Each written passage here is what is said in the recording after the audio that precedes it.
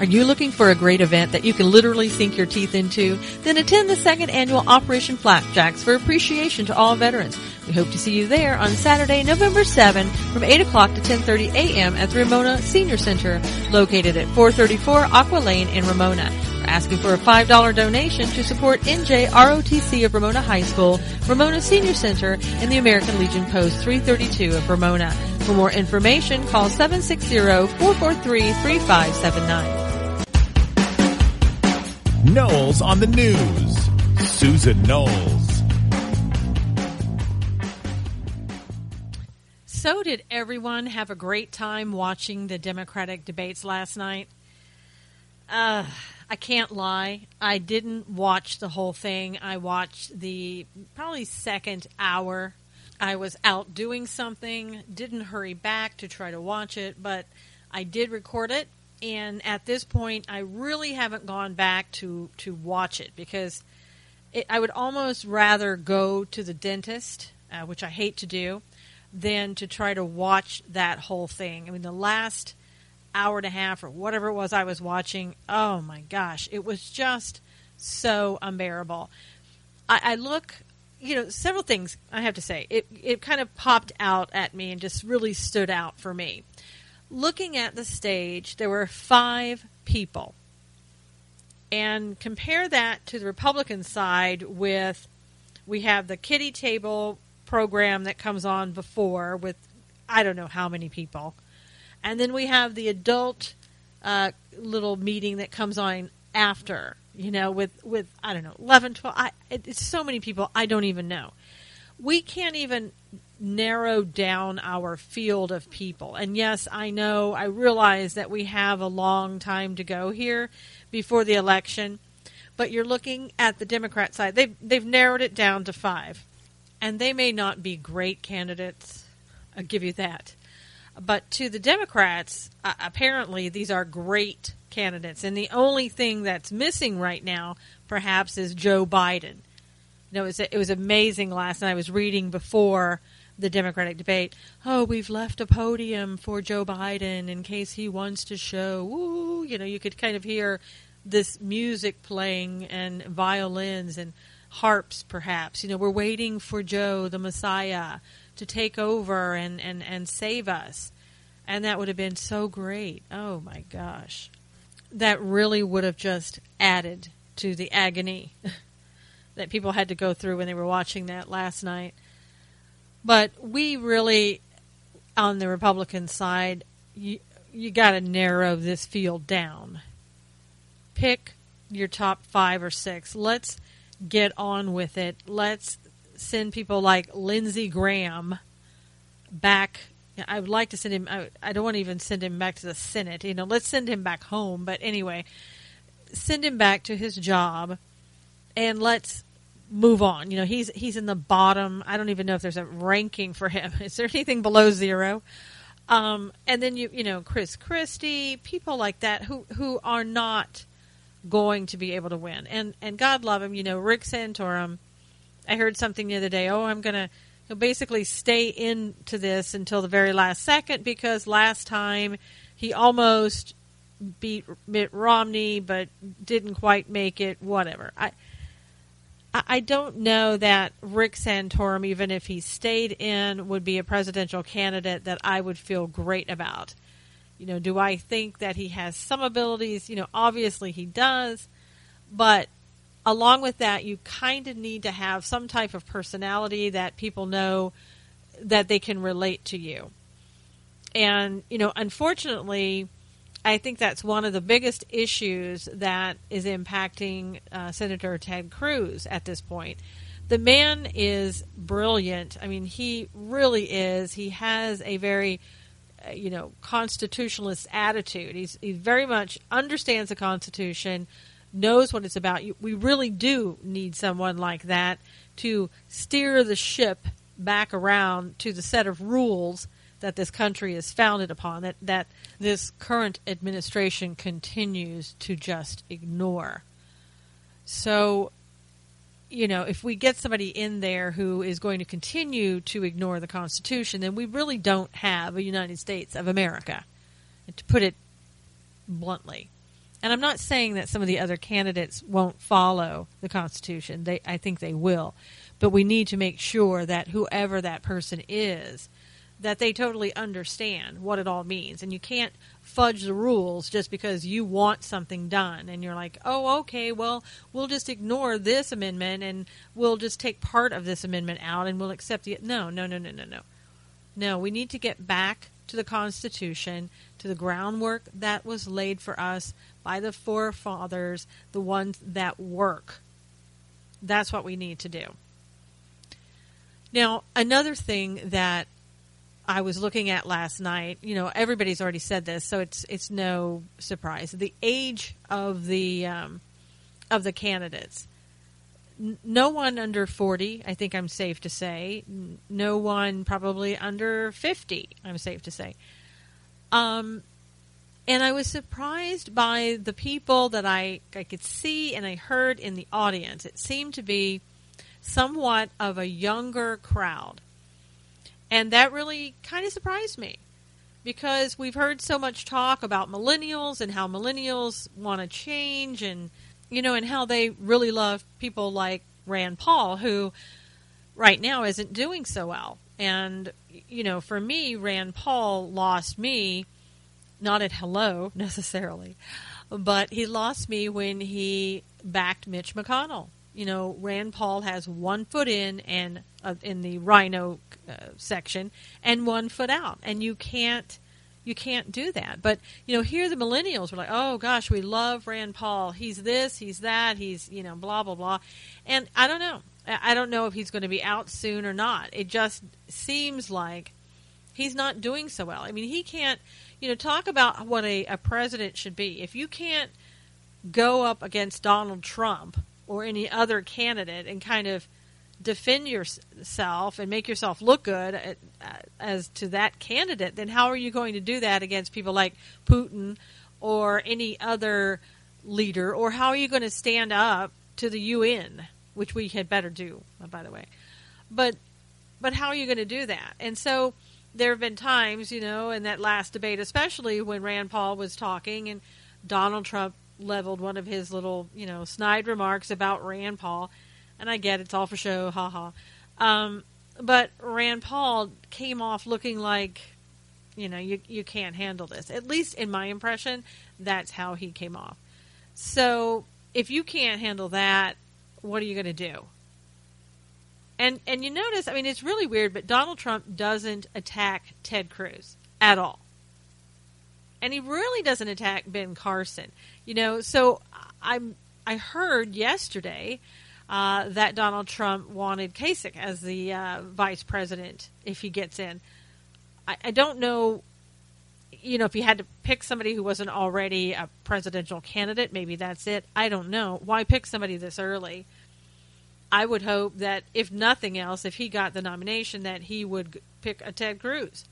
Again, another strong individual that just happens right now to kind of lack the ability to connect with some people. I mean, he connects with me. I get him. I understand him. But I spend a lot of time explaining his personality to people. He's an attorney. That's what he was born to do. He knows the law. And sometimes when you get like that, you don't necessarily, you're not very personable so much, is that you're just trying to factually lay things out. And in some ways, that's a really good thing.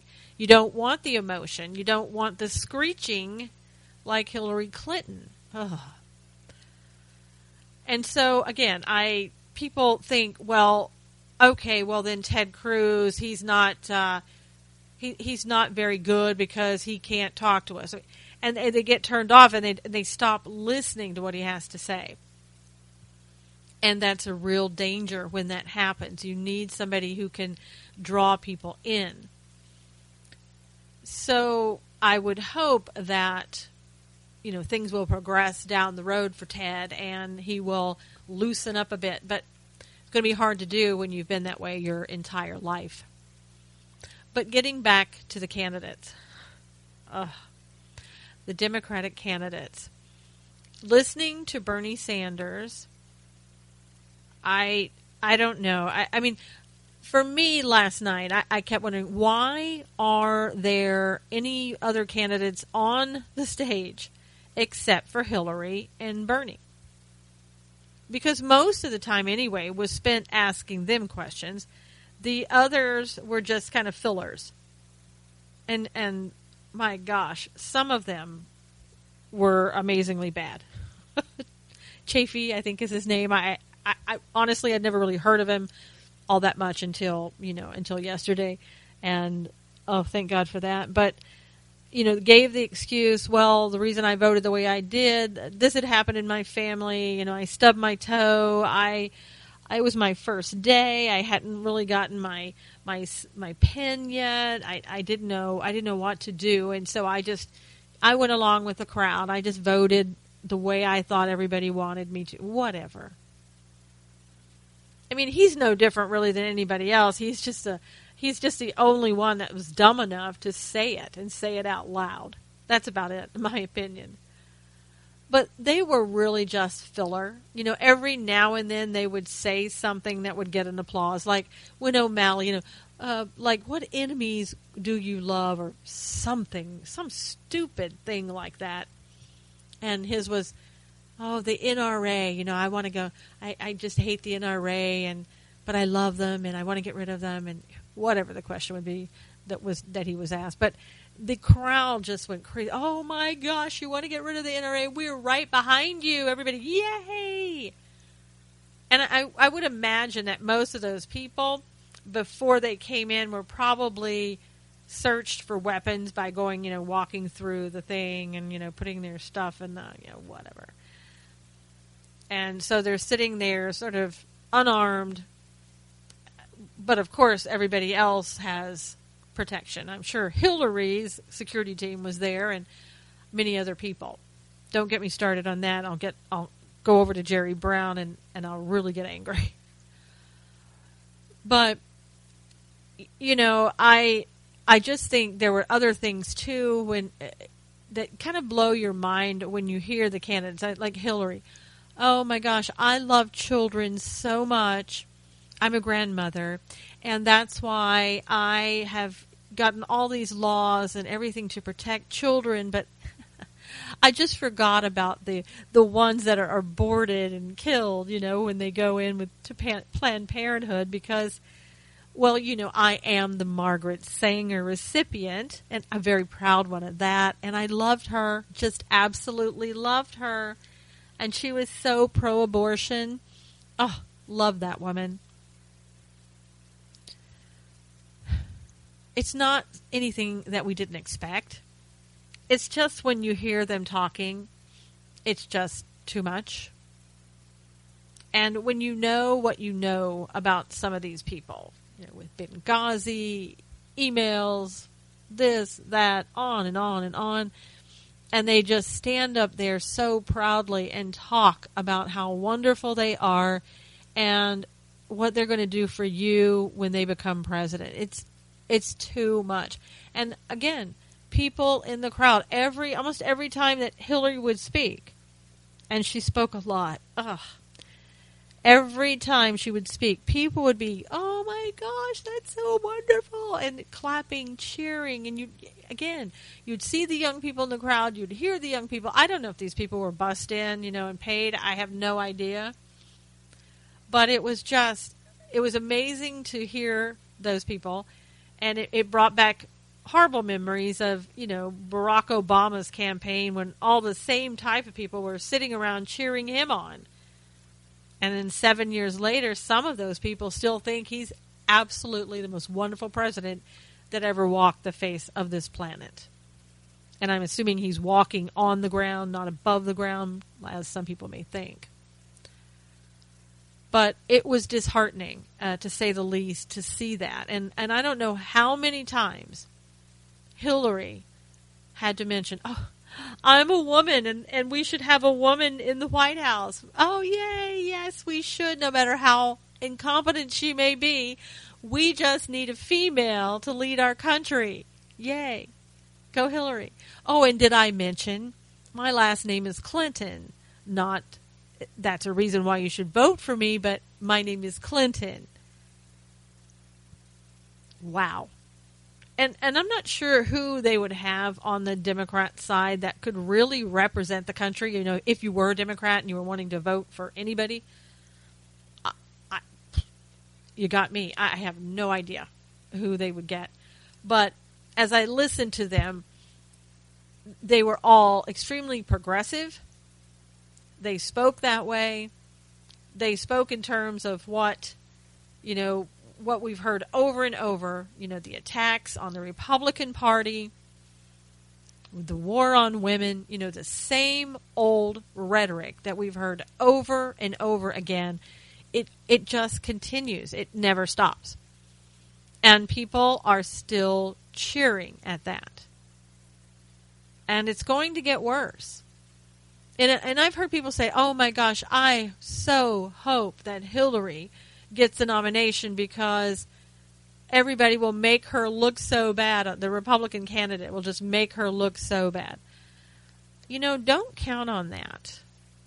Because while Hillary has a lot of baggage, it doesn't seem that anything ever comes of it.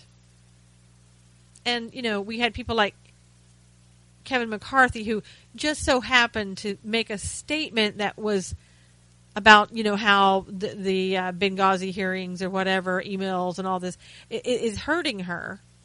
And that basically brought out the Democrats leveling the blame on the Republicans. Oh, there you go. You were just trying to hurt Hillary. It's all for politics. You're politicizing. It's not because she actually did anything wrong. It's because you don't like Hillary.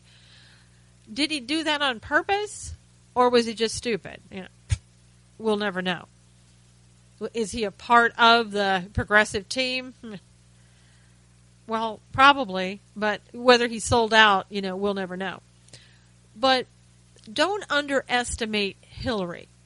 As much as I dislike everything she talks about and everything she believes in, I'll put in a caveat. Almost everything, because I probably haven't heard everything. And hopefully I won't have to. But she did really well last night. She really did well. She's done, 25 of these the last time. I mean, she knows how to get up in front of a crowd. Not to say that she's personable, that the crowd loves her, or that there's even a crowd there to listen to her. And a lot of times she sounds so rehearsed that I don't know how anybody could fall for it, but they seem to. But last night, watching her, she had rehearsed that probably so much and how she was going to answer everything. She was so well rehearsed that it came off as natural for her. And it didn't seem rehearsed. It really didn't. It seemed as though this is what she believed. She was very confident in what she said. And people in the audience believed her. She's like Barack Obama, and you put a teleprompter in front of him, and he can do just about anything. And she's one of those people that if you give her enough time to practice, she comes off very believable. So I don't want to see her anywhere. I would rather have somebody like Chafee. Sorry that I'm laughing. I would rather have him as a presidential candidate because that guy, he really doesn't have a shot. Now, Bernie Sanders, I think he's going to be an issue. If he gets the nomination, he's really going to be an issue. Now, why is that? It's for the same reason, similar to the same reason, that everybody likes Trump. And that is, Bernie sounds like Grandpa, who is just, your best little grandpa, and he's not a politician, he's just your grandpa telling you how things used to be and how things really ought to be that way again. Yeah, I know he's a politician, but he pulls it off where he doesn't sound like one. He sounds like the guy next door. And that can be, and in this day and age that can be harmful, to the Republican Party. It's the same reason that people like Donald Trump. He doesn't sound like a politician, and in his case, he's not one. He sounds like sometimes the guy, just like you and me, who's had enough, who's saying, I've had enough of being kicked around, I've had enough of an administration that puts down the United States, I see what's happening, I know that you're out of a job. He's the guy that cares. He cares for the little guy type thing. And so it's the same type of, I don't want to use the word agenda, but it's the same type of agenda that Bernie Sanders has. It's like, let's be just down-to-earth people and talk to you one-on-one, even though you're in a big crowd. Make you feel like you're talking one-on-one. And it really works, because Bernie's kind of giving that, things have gotten really out of hand. America's not what she used to be, and let's bring her back to, when I was growing up. And although, when he was growing up on socialism, it's not the same America that we know, but those people who like Bernie Sanders for what he's saying, many of them are probably socialists as well. And those that aren't socialists don't even know that what he's talking about is socialism. And they're really buying into it, because it sounds like, oh, we're just being fair-minded people and we care for everyone. And they really don't understand how horrible socialism is and what it's doing to our economy. But it sounds good. Socialism always sounds good. It never works, and if those people who support Bernie Sanders would just go back and look for 5 minutes into history, you'll see that socialism never works. Recently, I think it may have been over the summer, may have been a few months back, but they had a show on, I don't even know what station it was, but the whole premise of it was really socialism. Let's put these people, let's bring them all together, and let's put them on a piece of land surrounded by a fence, so these people couldn't leave, kind of caught in there together. And we'll bring all these people together, and they've got to figure out, how they can figure out their own laws, their own rules, and we'll make this society work. Well, as you might imagine, these people come in there, and the first thing, the people who are capitalists and have the brains say, we need to figure out how to raise money so we can go buy goods so we won't starve to death. And let us assign you a task to do so that we can get tasks done. And as you might imagine, those who were socialists were like, well, wait a minute. I don't want a task assigned. I just want to be who I am, and I just want to be. So, why must we have rules at all? Why can't we just all get along and do whatever we want? And we'll work collectively together. Oh, but, we'll do it on our own time and our own rules that we make up in our own heads. And then, of course, there were those who wanted others to do all the work while they slept, but still wanted to benefit and wanted part of the money as well. I mean, it was the perfect Obama administration, really. It really, really was.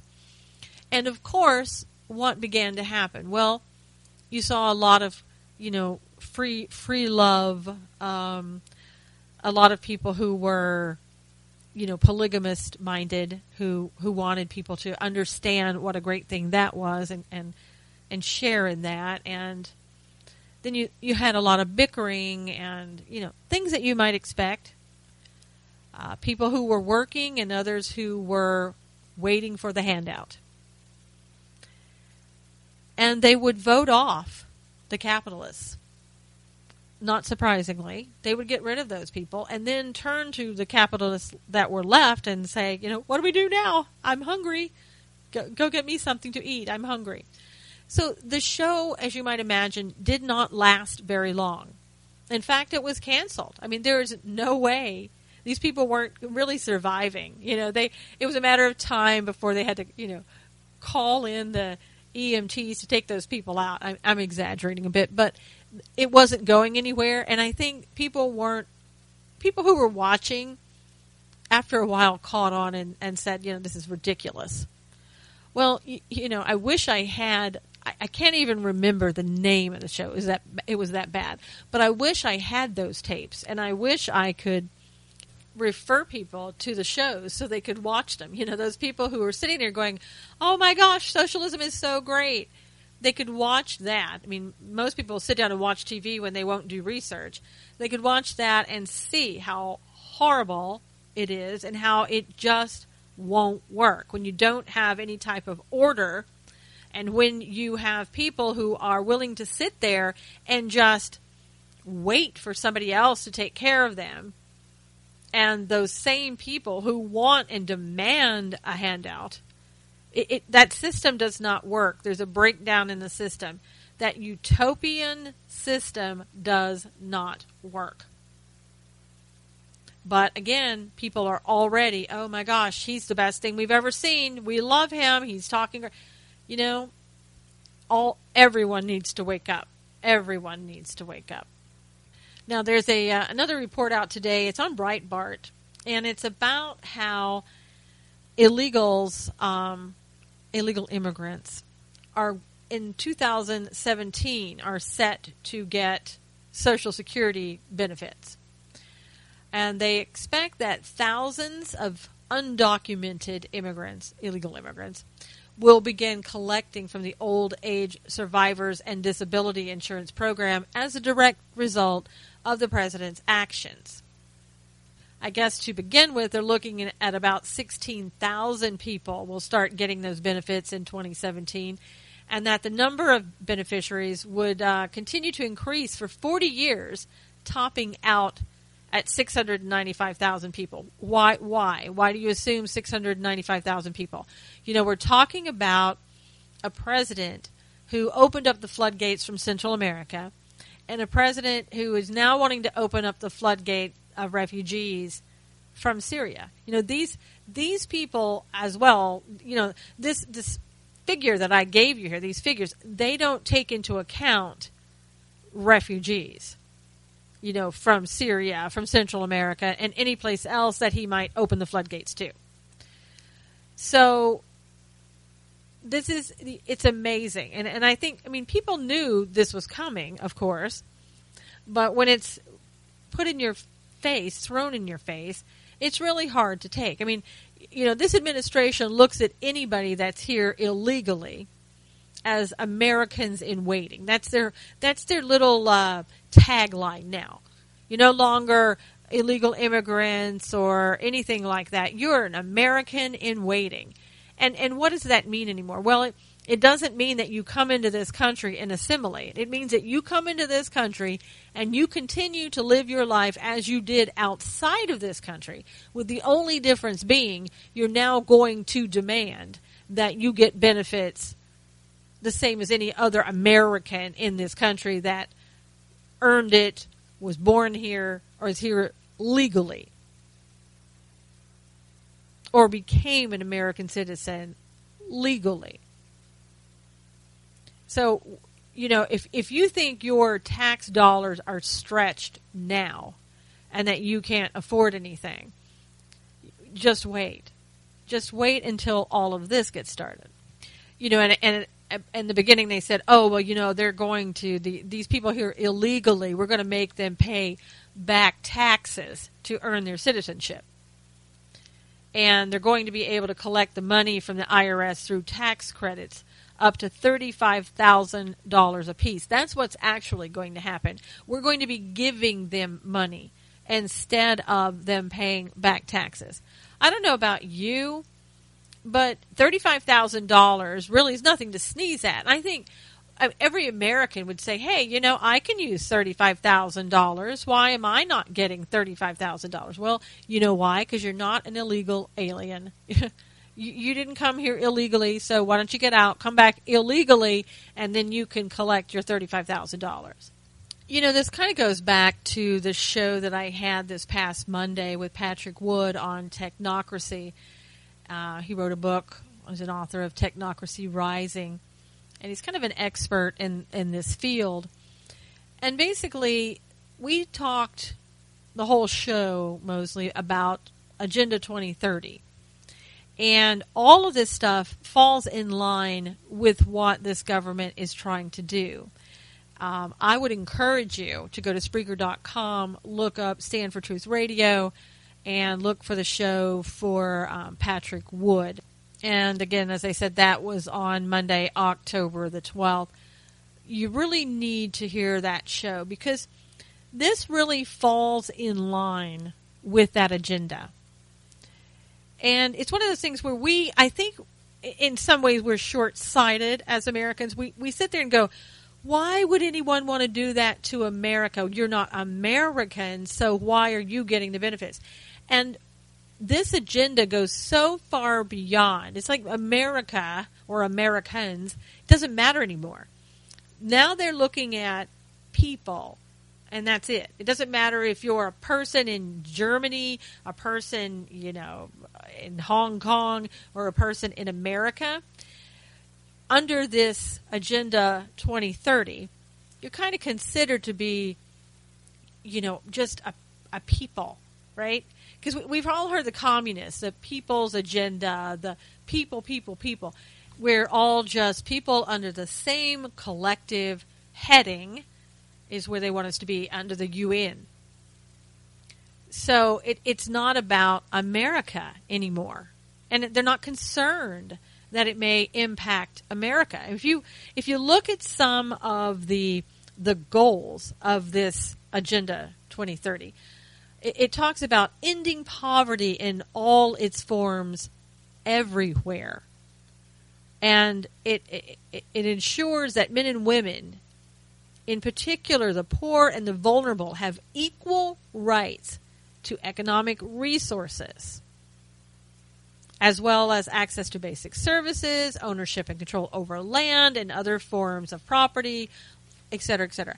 You can't get that unless you have the resources, to have all of those things. So what do? You take away the resources from everyone, put them on equal footing, and therefore, as the UN, you can give this to everyone. You can give Social Security benefits to everyone. It's not that we're going to have Social Security benefits under Agenda 2030, but this is a way of sort of getting us groomed, if you will, for this Agenda 2030 that's coming. It's a way of saying, well, we should share with everyone. It's a way of getting us to share with everyone and feeling comfortable with that. And whether or not you've earned it or someone else has earned it, it doesn't really matter. You should want to give it to everyone equally. And if you don't believe me, I'm telling you, you need to understand Agenda 2030. And don't think, you have to wait that long before this stuff is coming to fruition. It's not. It's already coming into fruition. As I told you in an article that I had written for The Blaze about, is Obama playing the shell game with your Second Amendment rights, I believe was the name of it. And I talked about Loretta Lynch coming and speaking before the UN. And the agenda there is to globalize the police force. And it's already happening. It really is already happening. And, that gives us a whole nother topic to talk about.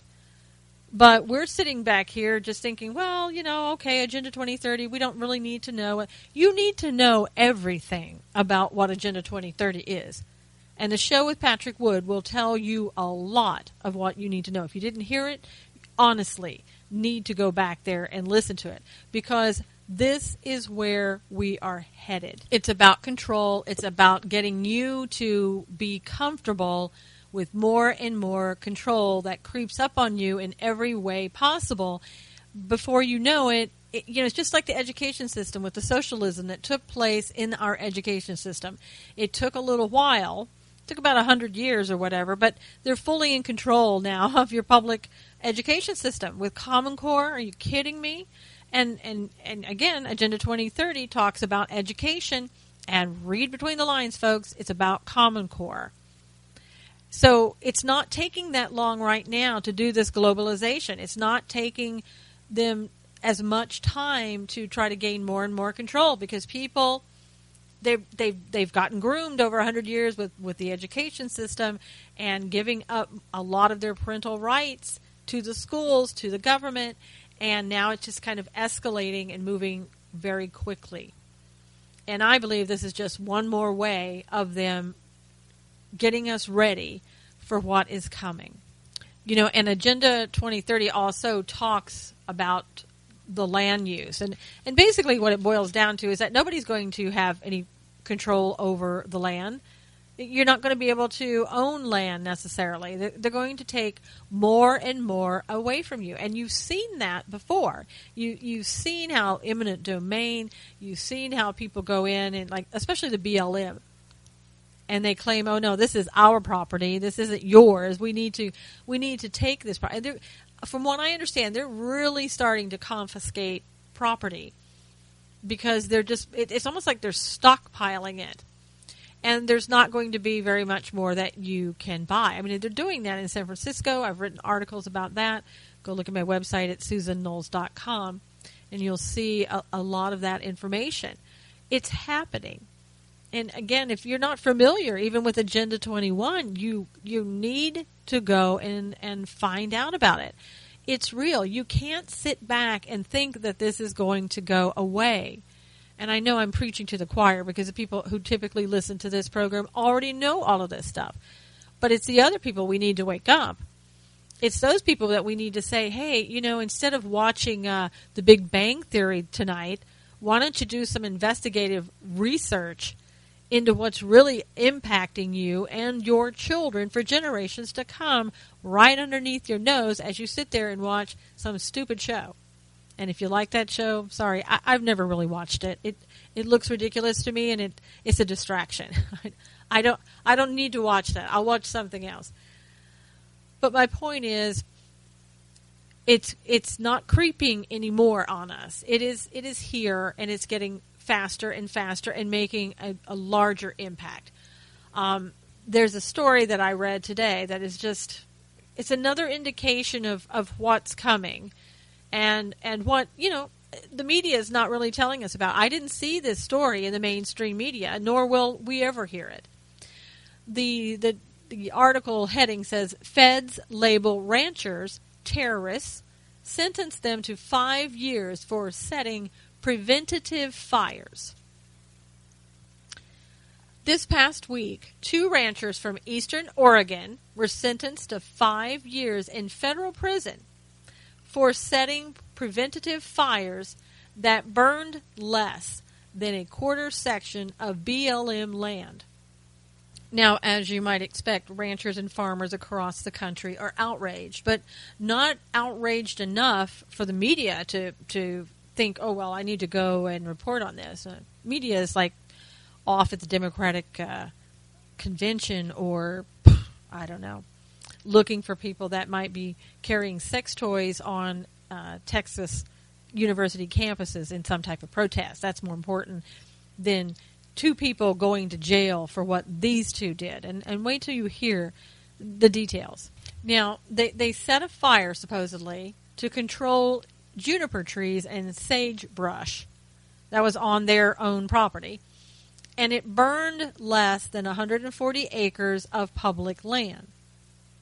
A jury convicted the father and son in 2012, and a U.S. District Court handed down the sentence thereafter. And they spent, a year and 3 months in federal prison for trying to burn trees on their own property that accidentally, supposedly, went over into federal land. That's a crime. And even after having to serve in prison for that, and again, I'm not sure why that wasn't just a civil case where you say, okay, you destroyed property, we're going to come after you to repay us for the damages that we got. But no, they're making this a crime when there was no intention of doing anything harmful to the property next door that quote-unquote belong to the BLM. And that really should have been the end of it. You know, they went to prison and served the time, and that should have been it. But no, the feds weren't satisfied. They appealed the sentence because it didn't meet mandatory guidelines stipulated in the Anti-Terrorism and Effective Death Penalty Act of 1996, which Congress passed following the Oklahoma City bombing. Okay, so now we have these two ranchers who just started a fire on their own property to get rid of some trees, and it burned about 140 acres next door. Now, these two ranchers here, farmers, whatever they were, they're terrorists. Equivalent to, you know, the Oklahoma City bomber, right? Because that's why this Anti-Terrorism Act in 1996 was put into place. So these two are just as bad as somebody like the Oklahoma City bomber. Take that in for a moment.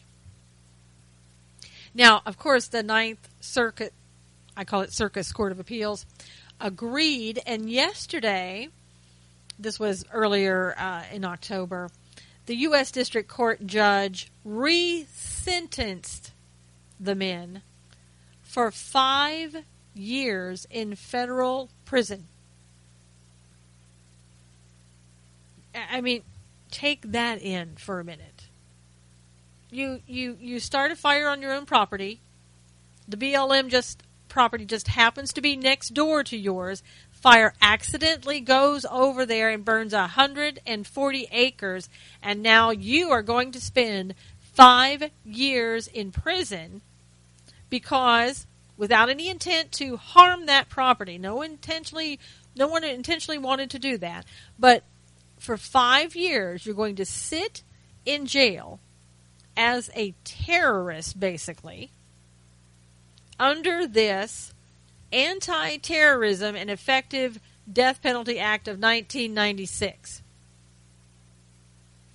But everybody else who does a terrorist act is, you know, basically it's just workplace violence. Don't worry about it. Just don't do it again, and we'll see you later. This is crazy. Crazy stuff. If the facts here are true, and I have no reason to believe that they're not, this is crazy. This is insanity. Again, why was it not just a civil lawsuit, recover damages for what was done? It's not like these people, according to the report, they didn't go over and set a bomb on the BLM property in hopes that it would burn up the property or kill somebody or, you know, whatever. I mean, are you really going to compare these people to somebody like a Timothy McVeigh? That's absolutely ridiculous. And I guess the Farm Bureau really want your support for these two people. Their names are Steve and Dwight Hammond, Hammond. And apparently 2,600 other citizens across the country have joined together and signed a petition. And if you are interested in signing that petition, go to SaveTheHammonds.com. So SaveTheHammonds, HAMMONDS.com. And basically they want to send a message to the BLM that this is extreme government overreaching. And this, I'd have to agree. If the facts are what they say they are, this is crazy. And everybody may say, well, it's unfortunate, but that's them. That's not going to happen to me. I would no. It happens a lot. It happens. I think a lot of it. That's what Bundy Ranch was all about. You have to look at things and say, if it's happening to this person, it could happen to me. And you could end up finding yourself sitting in jail for starting a fire that accidentally went next door and did some damage. And I understand. If these people were arsonists, I get it. Throw the book at them. But you're talking about people who set out to burn some trees on their own property and it got out of control. Am I happy about that? No. Should there be a penalty? Yes. Do I think it should be this penalty? No. This is crazy.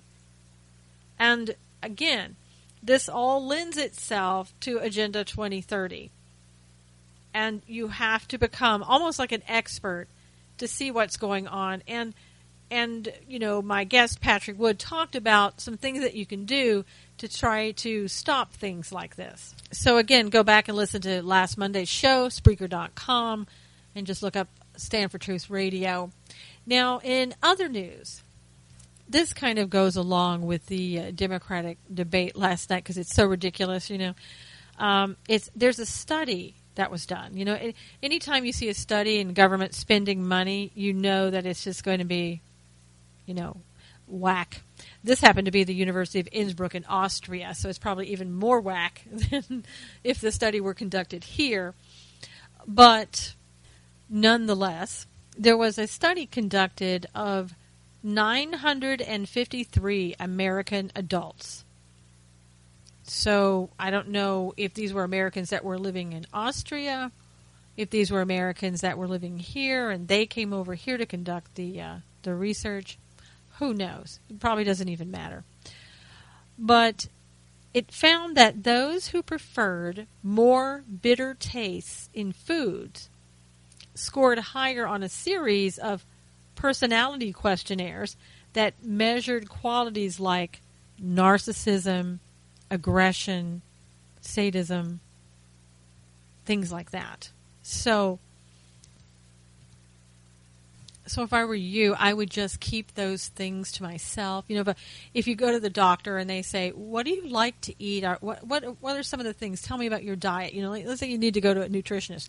You'd better not tell them what you really like, because here you go. If you like things like radishes, celery, beer, okay, for all of you beer drinkers out there, and tonic water, you are more likely to exhibit psychotic traits. So, you better not, especially if you're in California, you know, don't go in there talking to a doctor about how much you love radish and celery. Let me just give you a clue right now, because if the doctor puts that into their log, you're not going to be able to go out and get a gun, okay? California's going to look at that and say, oh my gosh, look at psychotic, woohoo, you know, this is what the study says, they're psychotic. Unbelievable. But listen, here's what you do. You go in and you tell the nutritionist that you like to eat a lot of candy and cake. So when they say, you know, why are you so fat? Well, because I like to eat candy and cake. And you know what they're going to tell you? Good for you. You just keep eating that candy and cake. And you know why they're going to say that? Because according to this study, you are a very agreeable person. You score high on agreeableness. So we want you to be as agreeable as you possibly can be. So just ply yourself with candy, cookies, cakes, things like that. And then in one last ridiculous statement, as if the whole thing wasn't weird enough, I like there at the very end, in regards to health, a black cup of coffee may be the best kind. Those who don't add sugars and creams also don't consume added calories and fat. Now, I guess they had to tell us that because there's no way we would have known that on our own. Who knew that cream and sugar added calories and fat? Wow. I sure wish that I was a rocket scientist so I could have determined that on my own. And then we have this story of a woman that I look at as somebody that I would want to take care of my children, somebody that is more of a hero than anything else. The title is Daycare Operator Reportedly Took Snow Shovel to the Face in an Effort to Stop Drunk Dad from Taking Off with His Kids. Now, she certainly didn't have to do anything, you know, in protecting anybody's kids. I mean, yes, she has a duty as a daycare operator to make a reasonable effort, you know, to take care of the children and keep them out of harm's way. But she certainly doesn't have to wrestle with somebody and take a snow shovel to the face as part of her obligation. Apparently, a female Montana daycare operator was brutally assaulted last week while trying to protect 3 kids from their drunk dad who had lost legal custody. She was caring for the children, all under the age of 4, when their father, a 31-year-old, I won't even mention his name, showed up at the daycare with an unidentified woman. Now, here's this woman who gets involved, perhaps, allegedly, with this guy who can't keep custody of his kids, who's drunk, and who's going to a daycare center to pick up his kids or to kidnap them if she knows what's going on, you know. And here's this woman kind of going along with it all. What does that say about her character? But anyway, I digress. It says that the daycare operator was reportedly aware of the termination or the suspension of the dad's parental rights, and Child Protective Custody had legal custody of these kids. Perhaps that's why she fought a little harder. She supposedly, this is a daycare operator, smelled alcohol and said that he was angry that she wouldn't let him pick up his children, and he threatened to assault her in front of the children. And she was able to physically remove him from the daycare center and lock the door. Now, how she did that, I'm not sure. Maybe because he was that drunk. But she said, and now listen to this. This is what a great guy. He's already shown up drunk to pick up kids that he doesn't even have legal custody of. And he gets locked out. So what does he do? He begins throwing toys. Yes, great dad. Including a tricycle at the window in an apparent attempt to get back inside. So let's not even care that your children are inside and you might throw a tricycle through the window and actually hurt them. But again, she went outside. I don't know why she would go outside. She should have been calling 911. Maybe they don't have 911 so fast in Montana. But she went outside again, like I said, where she and this guy, the dad, fought until the woman he was with, allegedly, hit her in the face with a snow shovel. So here we have 2 people who obviously care so much about children that, one, they would show up drunk to get their kids out of the daycare when they don't have legal custody.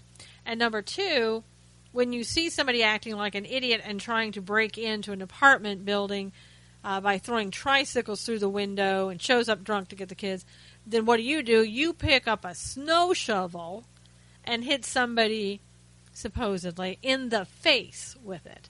And you should see the pictures of this poor daycare center woman with this bruised face, black eyes, swollen eyes, everything else. And so then the man allegedly hit the daycare center woman in the face, knocking her down. And the good part about this is that he fled without the children. I don't know how that happened, but maybe somebody came to their senses and said, hey, maybe we better get out of here. We might be in some kind of trouble. Don't know what it could be, but I'm just guessing here. Now, this poor woman, daycare center operator, was hospitalized with facial injuries and had to undergo eye surgery. And she's still struggling with double vision. The dad, the wonderful dad, was arrested on Monday and charged with aggravated burglary and custodial interference. And his female friend has not yet been identified or interested. Well, look a little harder. I'm sure you'll find her. She's probably been around for a while. And I think this dad, total felony assault and battery is what he did. Unbelievable what he did. But this daycare operator, thank God for her that, she fought him off. But again, I would have been calling 911 and keeping the door locked as much as possible and keeping the kids safe. And we hope that she has a really speedy recovery and that the dad and this girlfriend are in jail for quite a long time. And then finally we have a story out of Florida. And this is about Florida suspending freshman DeAndre Porter after felony arrest. This is a Florida freshman defensive back who's been suspended indefinitely following his arrest on 4 felony charges. You know, I don't know where we're going wrong with some of these people, you know, that we have, these young people. I just don't know. We're having so many issues. And here's somebody who, you know, is in college. You think, okay, this somebody wants to be educated. They're trying to, you know, get a good life. They're on a football team, perhaps trying to get into the NFL, you know, something in that order. And you think, well, maybe they're going to work hard at trying to get there, and so they can have a great life, you know, make all this money. Not that money is the answer to a great life, but, you know, athletes sometimes go on to the NFL. They want to make the money and have a life for themselves and their families that they couldn't necessarily afford before. Now, he was one of the team's top special teams players. And basically they've said that the court records show 1 charge of aggravated battery, second-degree felony, no light charge there. 1 charge of firing a weapon into a vehicle or building, that's a third-degree felony. And 2 charges of aggravated assault with a deadly weapon without intent to kill, another third-degree felony. He's also been charged with property damage of less than $200, which is a second-degree misdemeanor. So again, this is just one of many of the issues of young people that have been, you know, cropping up in the news lately. Very violent type instances. And, you know, you have to wonder, are these people using, do these people have a mental health issue that's not being discovered until it's too late? You know, what would make a person do something like this? And, you know, all of these charges, you would have to believe that this young man has been having difficulties all along. Now, I don't know if somebody's been covering up for him. You know, maybe I'm not saying that the football coaches did, but, you know, who knows? I don't know. But something is really wrong, and it's not like necessarily that he just did this for the first time ever. But I think we need to start looking closer at what's happening. You know, are people getting mental health care when they need to? Are we somehow prescribing too many drugs to these people? I know if we look at veterans, a lot of them are on a variety of drugs all at the same time. And you know, it's not an excuse when people commit crimes when they're on multiple drugs. I think it may be a reason. It's not an excuse. But it does something to your mind. I mean, it really does. I've seen enough people in my office, you know, in counseling sessions, in therapy, where you can see how the drugs that they're taking, being prescribed by the psychiatrist, are really altering their reason, their sense of knowing right, not necessarily right from wrong, but just in reasoning through things. And again, it's no excuse for committing crimes when you're on drugs. But I think it's something that we really definitely need to take a look at and see what the pharmaceutical companies are doing. Are they putting out more drugs just to make more money? Are there safe alternatives that people can look at? And I'm not even saying that this man is on any type of drugs, prescribed or otherwise. I'm just bringing up an issue that I think is something that as a society we need to start looking at. Not that we don't have enough already on our plates to try to do. But, you know, this week again has been another week that's gone by rapidly. It's going to continue going that way.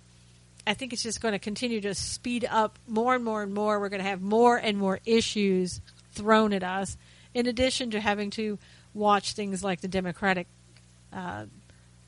whatever you want to call it. I would say debate. I'm not sure it was a debate. It was more like a droning, just to put you to sleep. But anyway, it is what it is.